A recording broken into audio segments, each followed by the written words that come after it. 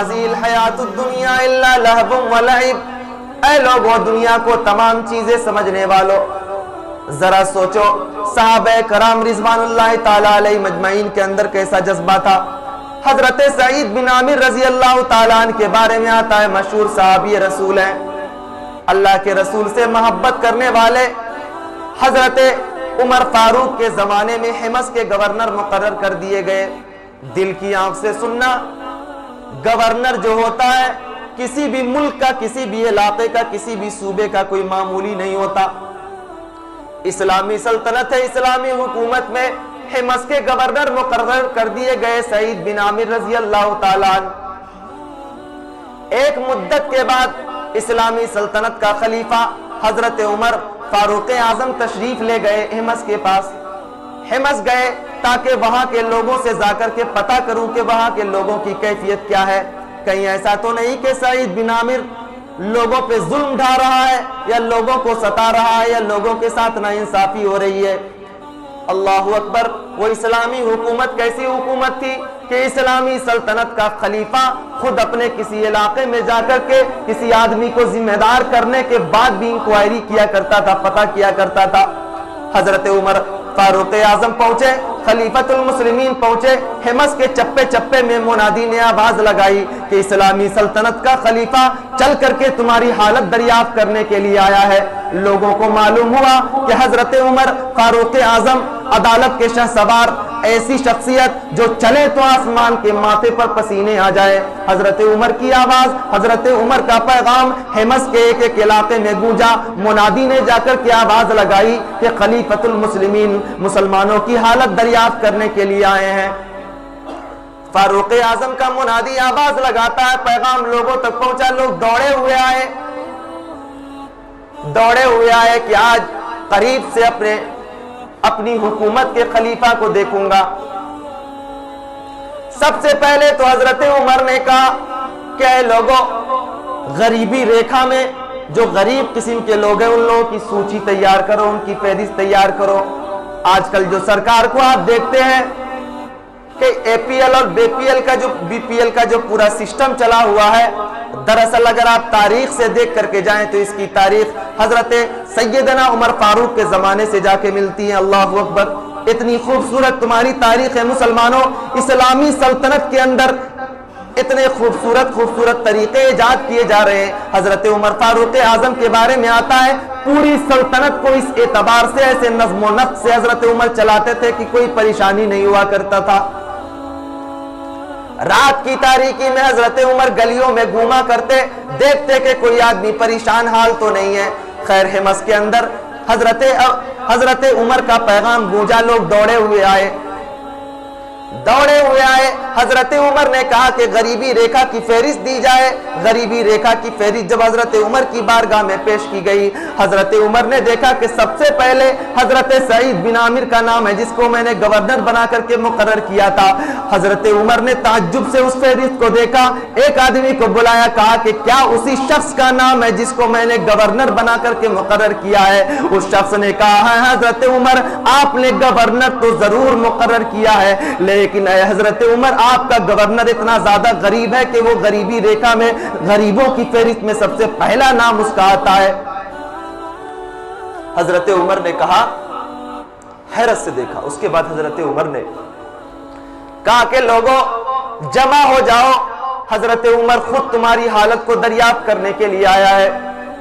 حضرت عمر نے کہا کہ اے لوگوں ذرا بتاؤ کہ میں نے سعید بن عامر رضی اللہ تعالیٰ عنہ، سعید بن عامر کو میں نے گورنر مقرر کیا ہے، اگر تمہیں کوئی شکایت ہو تمہارے گورنر سے تو مجھے بیان کرو۔ عمر کی عدالت ہے، عمر کی حکومت ہے، تمہارے ساتھ ناانصافی نہیں ہوگی۔ اگر میرا گورنر بھی اگر غلط کرے گا، اگر تمہارے ساتھ غلط فیصلہ کرے گا، عمر اس وقت زندہ ہے، ضرور میں اس کو سزا دوں گا۔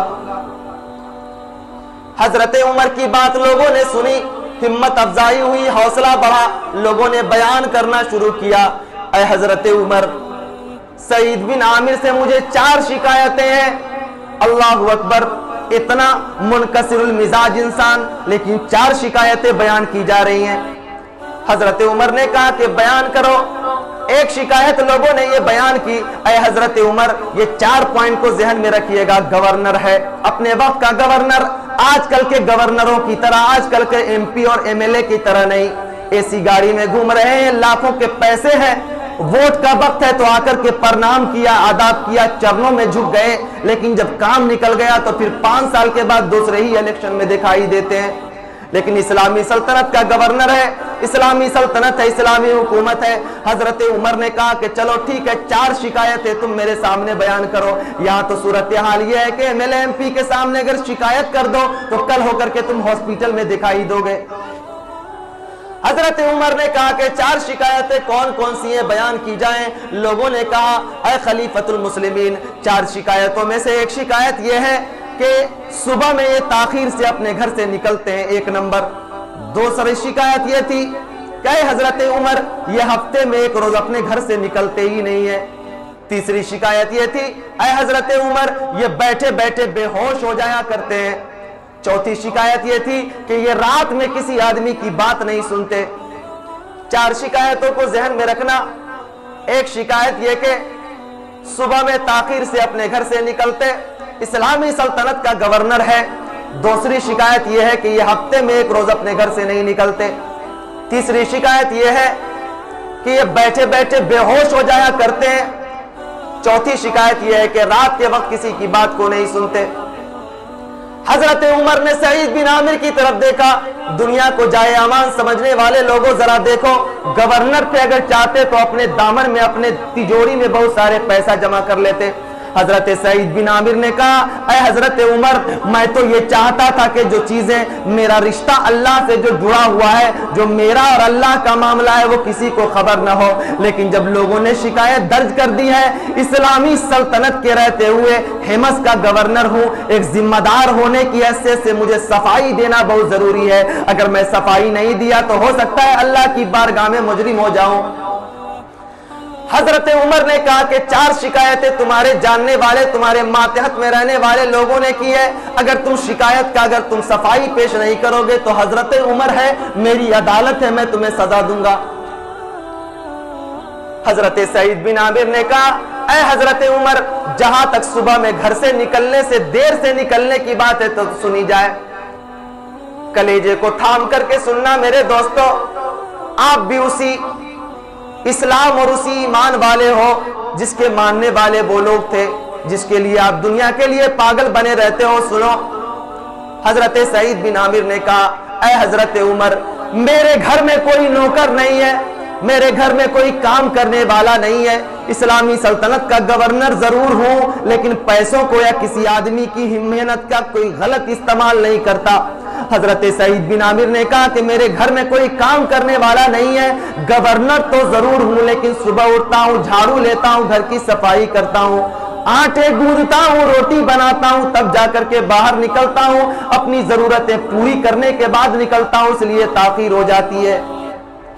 دوسری شکایت کی صفائی پیش کر رہے ہیں حضرت سعید بن عامر کہ جہاں تک ہفتے میں 1 روز گھر سے نکلنے کی بات نہیں ہے تو سنی جائے۔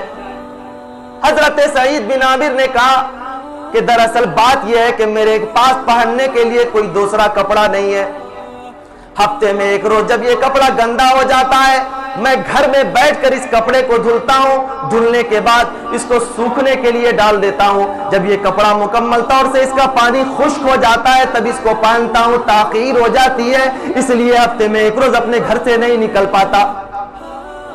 جیسے جیسے سعید بن عامر بیان کر رہے ہیں، پورے ماحول پہ سکوت کا عالم طاری ہے۔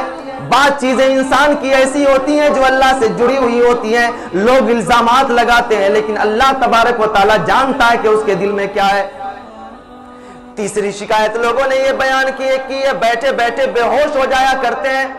لوگوں ذرا سوچو، حضرت سعید بن عامر نے کہا اے حضرت عمر، بہت افسوس ہو رہا ہے، میں تو یہ چاہتا تھا کہ جو میرا رشتہ اللہ سے جڑا ہوا ہے وہ بندوں کے بیچ نہ آ جائے، کہیں لوگ یہ نہ سمجھنے لگے، کہیں اللہ کی بارگاہ میں میرا عمل کہیں ایسا نہ ہو جائے کہ لوگ یہ سمجھے کہ یہ دکھاوے کے لیے کر رہا ہے۔ اے حضرت عمر، 2 چیزوں کی میں نے صفائی پیش کر دی ہے، ایک چیز کی صفائی، 2 چیز کی اور باقی رہ گئی۔ ایک چیز کی صفائی یہ ہے، میں بیٹھے بیٹھے اس لیے بے ہوش ہو جاتا ہوں، قسم رب ذوالجلال کی مجھے کوئی بیماری نہیں ہے، مجھے مرگی کی بیماری لائق نہیں ہے، اے حضرت عمر مجھے اندر سے کوئی پرابلم نہیں ہے۔